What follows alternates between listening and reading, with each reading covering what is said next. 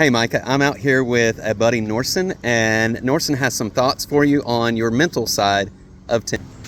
Okay, Micah, this is Narson. It's nice talking to your dad. I've never met you in life, but somewhere in the spirit, I think we're connected. Anyways, I was just telling your dad about we have a rich soil inside of us as human beings, and whatever choices we make, that's what we're going to live with. So if you're a tennis player and you want to make it pretty good in tennis, you have to listen to your inner self and don't let ego or what outside thing distract you from what you're supposed to do. Because if you start to think negative, like throw your rackets away, get arrogant and all over that, it's going to follow you. You're going to become a party. You're going to find yourself doing it and can't stop doing it. So anytime something start to happen that's not right, just say, move away from me. Just get away and move on. Don't follow it up. Sometimes you're playing a game of tennis and you get a bad call and you get upset, but because of that bad call you miss 3-4 points after that. It's because you allow it to happen to you. So you have to listen to your inner self. Sometimes make things just fade away, make nature take care of everything, and you'll be okay.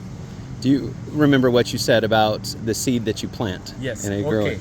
Now, as I said, we have a rich soil inside of us. Whatever we plant inside of it, that's what's going to grow. So if you plant good habits, you're going to grow. You're going to reap good habits. If you plant bad habits, you're going to reap bad habits. So don't let it stay there, because it will took onto itself, flesh manifests itself inside of you, and you're always going to find yourself living that thought. So always be positive. Always try to listen more, observe, talk less sometimes, and then the right thing will always come. I'm going to tell you one thing before I leave. I have a daughter. One day I told her that if somebody asks you a question, don't quick to answer. Even sometimes if you know the answer, take a little while, and if you don't know the answer, count from 1 to 10.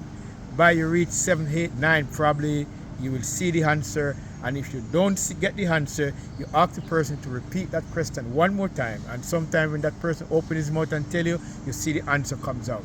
And after I told my daughter that, 3 to 4 years after that, I was at home one day and she come and said, Daddy, you know what happened to me today? I said, no, I wasn't there. So he said, a gentleman asked me a question and I didn't know the answer. And I remember you told me must count. And I was counting, and when I reached 7, I tell him the answer, and he said, yes, you're so right.